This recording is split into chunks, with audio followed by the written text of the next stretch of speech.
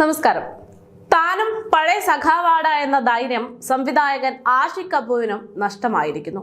Hema committee report പുറത്തു വന്നതിന് പിന്നാലെ നടനെതിരെ ഉയർന്നിരിക്കുന്ന ലഹരി വിതരണ ആരോപണത്തിൽ നിന്ന് രക്ഷപ്പെടാൻ, തന്റെ മുഖം രക്ഷിക്കാൻ ഇനി സഖാവ് എന്ന ലേബൽ കൊണ്ട് സാധിക്കില്ല എന്ന് ആഷിഖ് കപൂർ തിരിച്ചറിഞ്ഞു. അതുകൊണ്ട് തന്നെ അവസാനത്തെ അടവെന്ന രീതിയിൽ മതത്തെ ഉപയോഗപ്പെടുത്തിയിരിക്കുകയായിരുന്നു കക്ഷി. മലയാള സിനിമയിൽ ഒരു ലഹരി ഉപയോഗവുമില്ല എന്നും മുസ്ലിം നാമധാരികൾക്കെതിരെ സംഘപരിവാർ ആക്രമണമാണ് ഇപ്പോൾ നടക്കുന്നത് എന്നുമായിരുന്നു ഈ വിഷയത്തിൽ ആഷിഖ് കപൂർ നടത്തിയിട്ട പ്രതികരണം.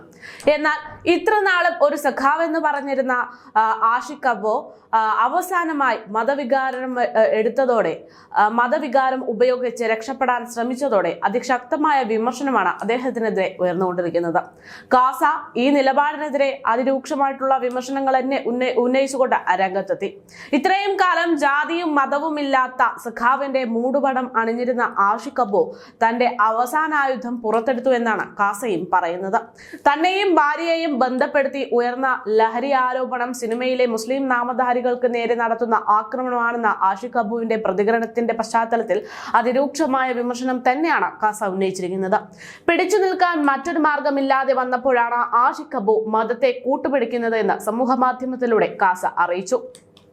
മലയാള സിനിമയിലും പൊതുസമൂഹത്തിലും വളരെ കാലമായി പരസ്യമായിരുന്ന രഹസ്യമാണ് ഒരു ഗായിക പൊതുസമൂഹത്തിന് മുന്നിൽ പച്ചയ്ക്ക് തുറന്നു പറഞ്ഞത്. അപ്പോൾ അതിനെതിരെ ഒരു വാക്കുപോലും മറുപടിയായി ഉരിയാടാൻ ആഷിഖ് കപൂറിനോ ഭാര്യ റീമ കല്ലിങ്കലിനോ സംസാരിക്കാൻ സാധിച്ചില്ല. ഈ സാഹചര്യത്തിൽ അവർക്ക് ധൈര്യമില്ല എന്ന് തന്നെ മനസ്സിലാക്കാം. മുൻപ് ഷൈൻ ടോം ചാക്കോ മയക്കുമരുന്ന് കേസിൽ പിടിക്കപ്പെട്ടപ്പോൾ താൻ ന്യൂനപക്ഷക്കാരനോ ക്രിസ്ത്യാനിയോ ആയതുകൊണ്ടാണ് ഇത്തരത്തിലൊരു കേസ് ഉണ്ടായത് എന്ന ഇരവാദം അന്ന് ആരെങ്കിലും കേട്ടിരുന്നു എന്നാണ് കാസയുടെ ചോദ്യം. ഇത്തവണ മുകേഷോ ജയസൂര്യയോ രഞ്ജിത്തോ തങ്ങൾ ഹിന്ദു ആയതുകൊണ്ടാണ് തങ്ങൾക്കെതിരെ ഈ ആരോപണം വന്നിരിക്കുന്നത് എന്ന് പറഞ്ഞിരുന്നു. ഇല്ല. കാരണം മലയാള സിനിമയിലെ ഗ്രഹിച്ചിരിക്കുന്ന മയക്കുമരുന്നും മതമൗലികവാദവും ഒരേ നാണയത്തിന്റെ രണ്ട് വശങ്ങളാണ്. വ്യാജനും ഒറിജിനലുമായിട്ടുള്ള ഇരകൾ ഒന്നൊന്നായി പരാതികളുമായി രംഗത്ത് വന്നുകൊണ്ടിരിക്കുമ്പോൾ മയക്കുമരുന്ന് അടിമയാക്കപ്പെട്ട, സർവ്വതും നഷ്ടപ്പെട്ട, ജീവിതം നശിച്ച ഇരകൾ ആരെങ്കിലുമൊക്കെ ആത്മരോഷത്തോടെ ഗായിക സുചിത്രയുടെ വാക്കുകളെ ശരിവച്ച് രംഗത്തെത്തുമെന്ന് ഇവർ ഭയപ്പെടുന്നു എന്ന് കാസ ചൂണ്ടിക്കാട്ടി. അത് മാത്രവുമല്ല, കൂട്ടത്തിൽ നിന്ന് ആരും തങ്ങളെ ന്യായീകരിക്കുകയല്ല, സംസാരിക്കില്ല എന്നുള്ള ബോധവും ഇവർക്കുണ്ടാകണം. അതുകൊണ്ടാണ് മതം എന്ന പതിവായുധം പുറത്തെടുത്തുകൊണ്ട് അദ്ദേഹം രംഗത്തെത്തിയത് എന്നാണ് കാസ ഫേസ്ബുക്കിലൂടെ പറയുന്നത്. അതേസമയം കാസ മാത്രമല്ല, ആഷിഖ് കപൂറിനെതിരെ നടിയായ വോയിസ് ആർട്ടിസ്റ്റ് ആയിട്ടുള്ള ഭാഗ്യലക്ഷ്മി ഉൾപ്പെടെയുള്ള സിനിമാ പ്രവർത്തകരും അതിരൂക്ഷമായുള്ള വിമർശനങ്ങൾ ഉന്നയിച്ചുകൊണ്ട് ഇത്തരം മതവികാരം ഉപയോഗിച്ചുകൊണ്ടുള്ള നടപടികളെ വിമർശിച്ചുകൊണ്ട് രംഗത്തെത്തിയിട്ടുണ്ട്.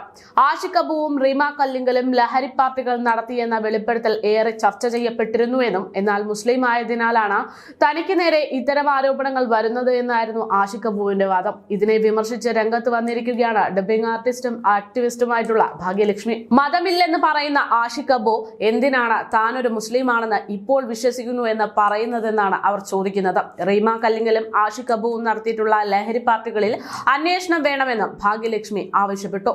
ഒരു ഓൺലൈൻ മാധ്യമത്തിന് നൽകിയിട്ടുള്ള അഭിമുഖത്തിലാണ് ആഷിഖ് കപൂറിനെതിരെ ഭാഗ്യലക്ഷ്മി തുറന്നടിച്ചത്.